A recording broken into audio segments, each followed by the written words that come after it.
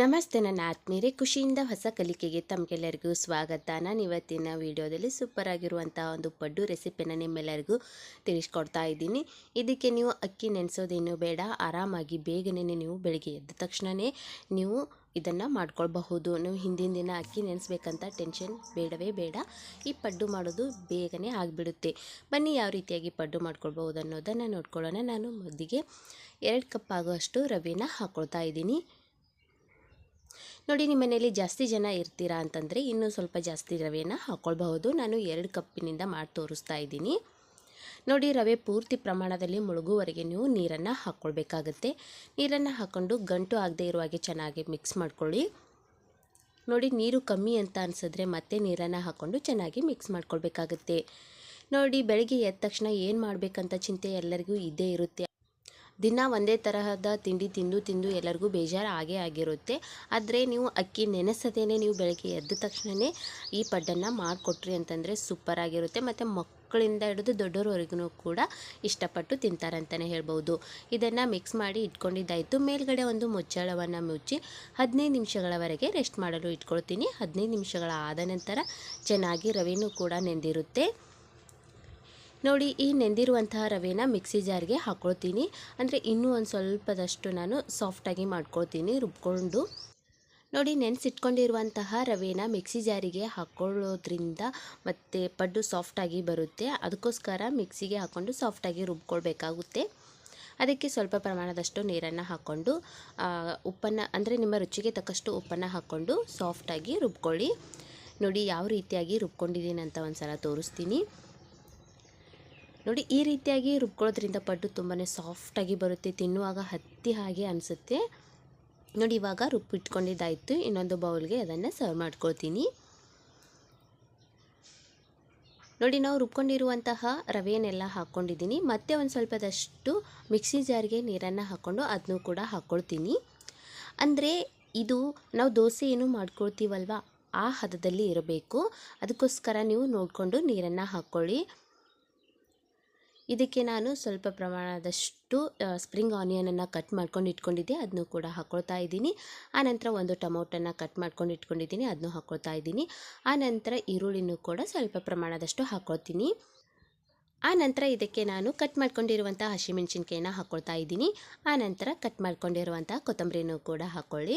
ಒಂದು ಚಿಟಿಕೆಯಷ್ಟು ಸೋಡಾವನ್ನು ಹಾಕ್ಕೊಳ್ತಾ ಇದ್ದೀನಿ. ನಾವು ತಕ್ಷಣಕ್ಕೆ ಮಾಡ್ಕೊಳ್ತಾ ಇರೋದ್ರಿಂದ ಸೋಡಾವನ್ನು ಹಾಕ್ಕೊಳ್ಳಿ, ತುಂಬಾ ಮೃದುವಾಗಿ ಬರುತ್ತೆ. ಹಾಕ್ಕೊಂಡಿರುವಂಥ ಎಲ್ಲ ಇಂಗ್ರೀಡಿಯೆಂಟ್ಸನ್ನು ಚೆನ್ನಾಗಿ ಒಂದು ಸಲ ಮಿಕ್ಸ್ ಮಾಡ್ಕೊಳ್ಳಿ. ನೋಡಿ, ಈ ರವೆಯನ್ನು ಉಪಯೋಗಿಸ್ಕೊಂಡು ಮಾಡ್ಕೊಂಡಿರುವಂಥ ಪಡ್ಡು ತುಂಬಾ ಸೂಪರಾಗಿರುತ್ತೆ. ನೀವು ಬೇಗನೆ ಮಾಡ್ಕೊಳ್ಬಹುದು. ಹಿಂದಿನ ದಿನ ಅಕ್ಕಿ ನೆನೆಸ್ಬೇಕಂತೇನಿಲ್ಲ, ಮತ್ತು ರಾತ್ರಿ ಅಕ್ಕಿ ರುಬ್ಬೇಕಂತೇನಿಲ್ಲ. ಯಾವುದೇ ಟೆನ್ಷನ್ ಇಲ್ಲದೆ ನೀವು ಬೆಳಗ್ಗೆ ಎದ್ದ ತಕ್ಷಣ ಸೂಪರಾಗಿರುವಂಥ ಒಂದು ಬ್ರೇಕ್ಫಾಸ್ಟ್ ಮಾಡ್ಕೊಳ್ಬಹುದು. ತುಂಬಾ ಚೆನ್ನಾಗಿರುತ್ತೆ.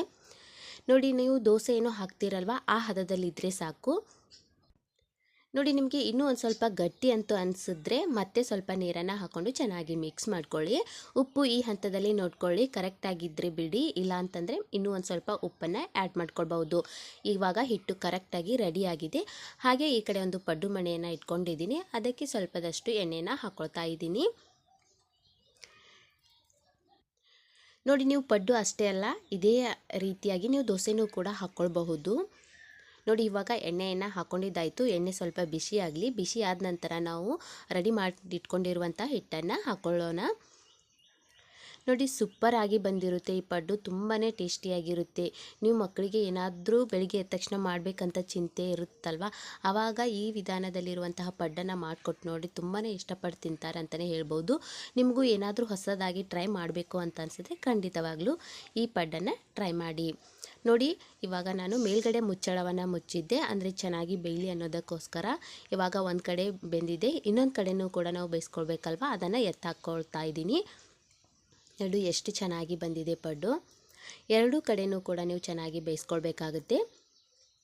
ನೋಡಿ, ಸೂಪರಾಗಿ ಪಡ್ಡು ರೆಡಿಯಾಗಿಬಿಡುತ್ತೆ. ತುಂಬಾ ಟೇಸ್ಟಿಯಾಗಿರುತ್ತೆ ಅಂತಲೇ ಹೇಳ್ಬೋದು. ಇದನ್ನು ಮಾಡೋದಕ್ಕೂ ಕೂಡ ತುಂಬಾ ಸುಲಭ, ಬೇಗನೆ ಆಗಿಬಿಡುತ್ತೆ. ಜಾಸ್ತಿ ಟೈಮು ಕೂಡ ಬೇಕಾಗೋದಿಲ್ಲ.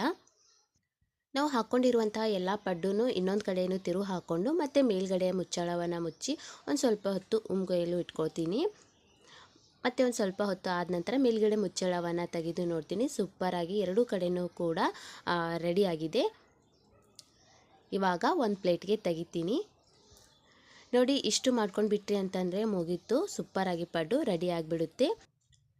ನೋಡಿ, ಈ ಪಡ್ಡು ಮಾಡ್ಕೊಳ್ಳೋಕ್ಕೆ ಎಷ್ಟು ಸುಲಭನೋ, ತಿನ್ನೋದಕ್ಕೂ ಕೂಡ ಅಷ್ಟೇ ಸ್ವಾದಿಷ್ಟಕರವಾಗಿರುತ್ತೆ ಅಂತಲೇ ಹೇಳ್ಬೋದು. ತುಂಬಾ ಚೆನ್ನಾಗಿರುತ್ತೆ.